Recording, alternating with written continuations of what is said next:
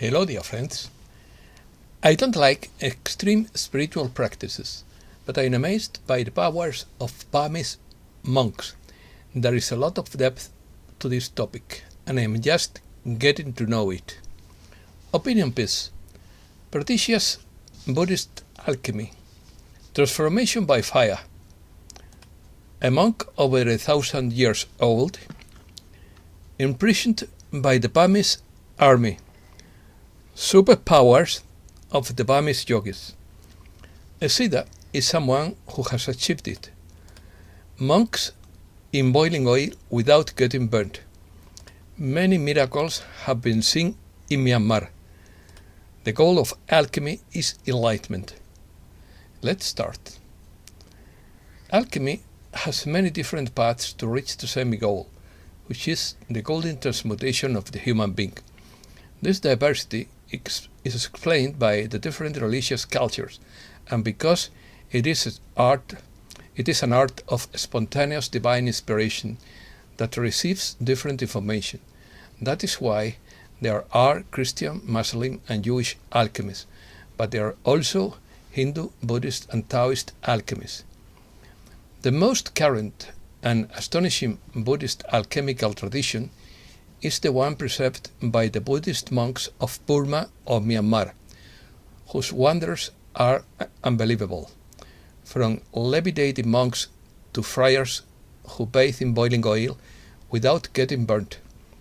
But most amazing of all is a monk who is said to be over 1,000 years old.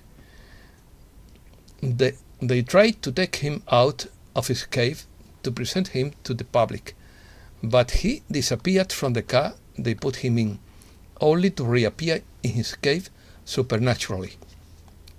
The old monk named Sayadaw was born in the village of Kante, Myanmar, on a Monday in 968 before the 1,000 year. Yes, you have listened well. 968 after Christ. He underwent a fire transformation ceremony to achieve immortality. His community believes in a process of alchemical transformation that allows them to live extraordinary ages after reaching a certain level of enlightenment. On Saturday, December 3rd, 1994, the 1,026-year-old Sayadaw and Iron Siddha Govida, according to his followers, succeeded in prolonging his life through the process of transformation by fire in the Cave of Victory. Govida also claims that he can perform an alchemical transformation that can achieve certain levels of enlightenment. There are also rumors that his followers live for hundreds of years. Hundreds in plural. The Burmese army imprisoned him for 7 days in order to persecute him. They gave him no food or water, and even set fire to him, but it had no effect on him. All the methods they tried to chase him were powerless for him. The Burmese army could only release him in desperation, and never harassed him again. Extension of life. Rasayana is a branch of Hindu Ayurvedic medicine specializing in techniques to extend life, invigorate the body, gain magical powers and supernatural abilities in strength, agility, constitution, and longevity. It is one of the 8 areas of medicine in Sanskrit literature. The only ethical meaning of prolonging life is to attain wisdom, to attain enlightenment, for the benefit of all beings. In the West, it is called the science of life extension. Life extension is the concept of prolonging human life either modestly through improvements in medicine or dramatically by increasing the maximum lifespan beyond its generally established limit of 125 years. Several researchers postulate that future advances in tissue rejuvenation, stem cells, regenerative medicine, molecular repair, gene therapy, pharmaceuticals, and organ replacement will ultimately allow humans to have an indefinite lifespan through rejuvenation to a youthful and healthy condition. The sale of supposedly anti-aging products such as supplements has become a lucrative global industry. Since the 90s, there have been websites marketing elixirs of youth supposedly based on Rosajana taken by cities to develop their physical powers, which are promoted as a panacea for all diseases. Just as the Burmese monks manufactured a monatomic gold, which I have been taking for a long time, but I don't want to advertise anything. Similarity with Asterix. We mustn't lose our sense of humor even if the subject is serious. This character reminds me of Asterix and the elder, the oldest in Asterix village. In some English translations, in some translations in general, of the Asterix albums, Asterix is referred to as prehistoric, geriatrics of, or even Matusalenic mix. Panoramix is the village druid and the only one capable of brewing the magic potion, whose formula is passed only from druid's mouth to druid's ear, and with which the villagers gain supernatural strength. He is tall, of a slim build, wears a long white beard, is dressed in white with a red cloak, and is seen carrying a golden sickle. Asterix potion basically consists of mistletoe cut with a golden sickle, roots, flowers, herbs, and a few spices. It even contains lobster, which is not essential but gives it a good taste. One of the last and rarest ingredients known is rock oil, but not having it, he experimented and found that beetroot juice served at the same purpose and improved the flavor. Panoramics can even give you several different flavors. Spanish monk.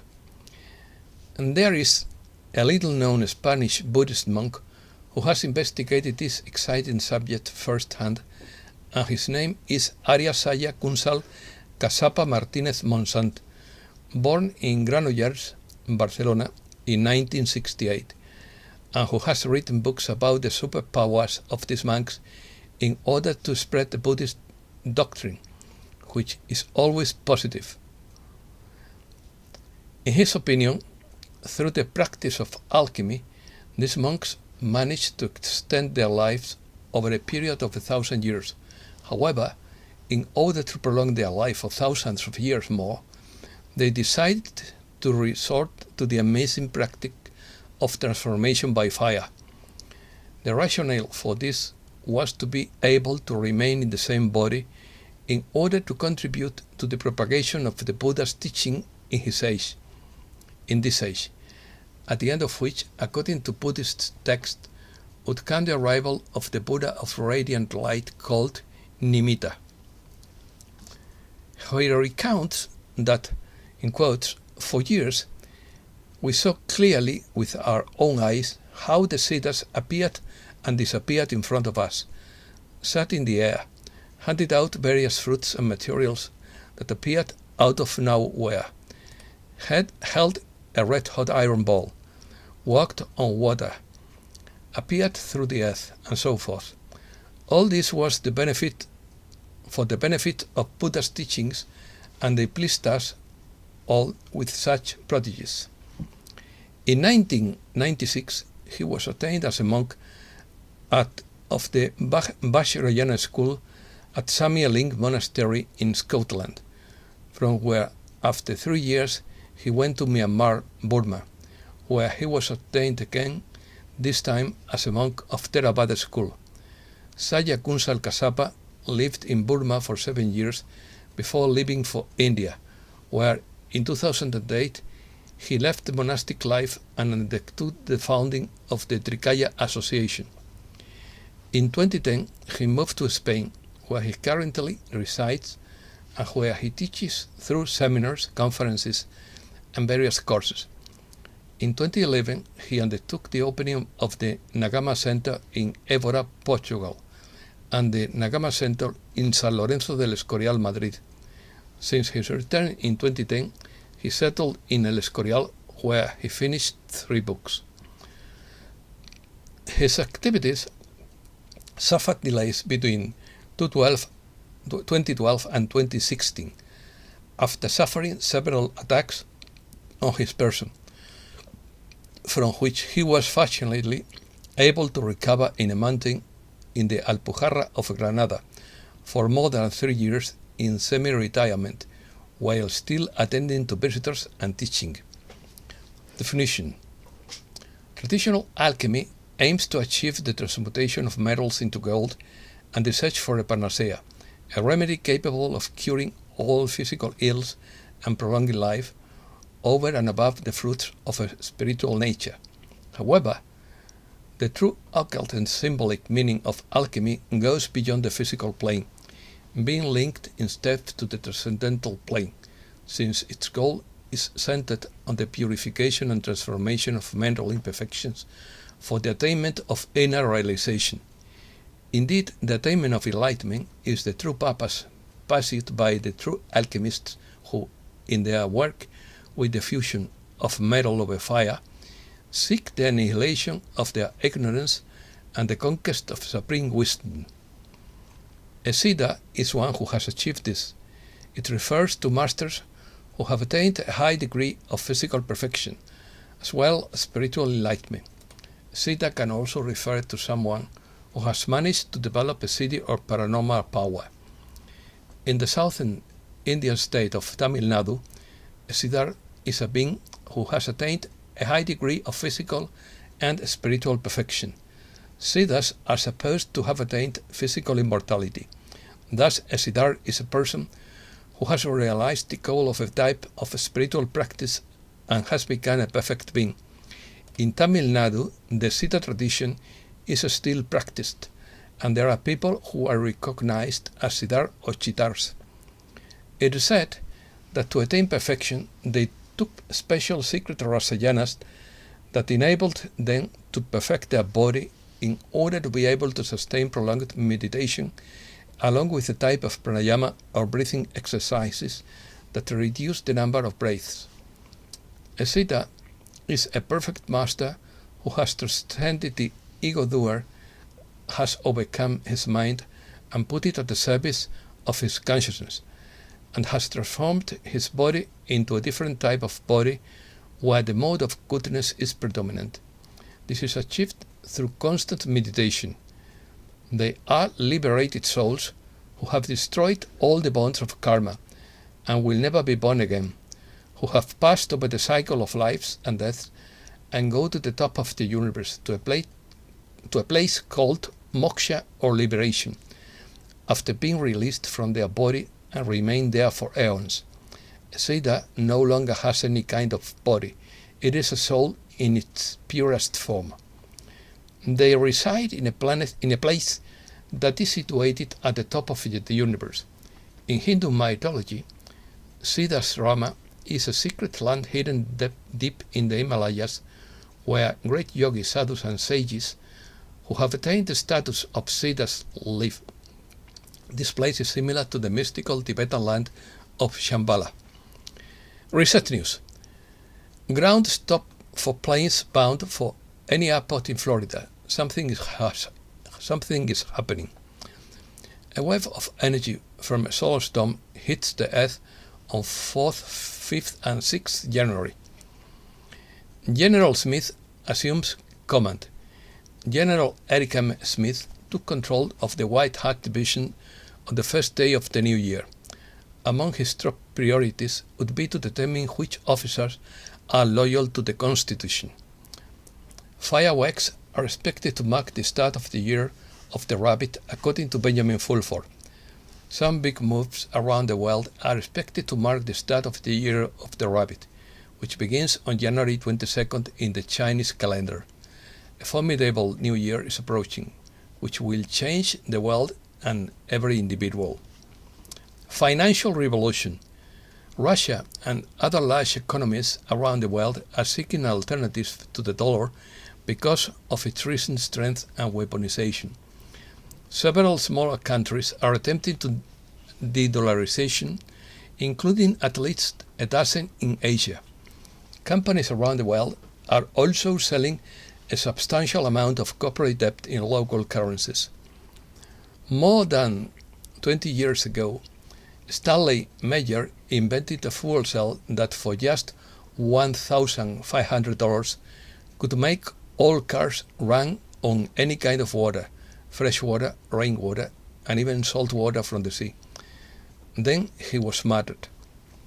Juan Osebin says, "You are seeing groups working together to control elections, trade contracts, global alliances across the board for their own benefit."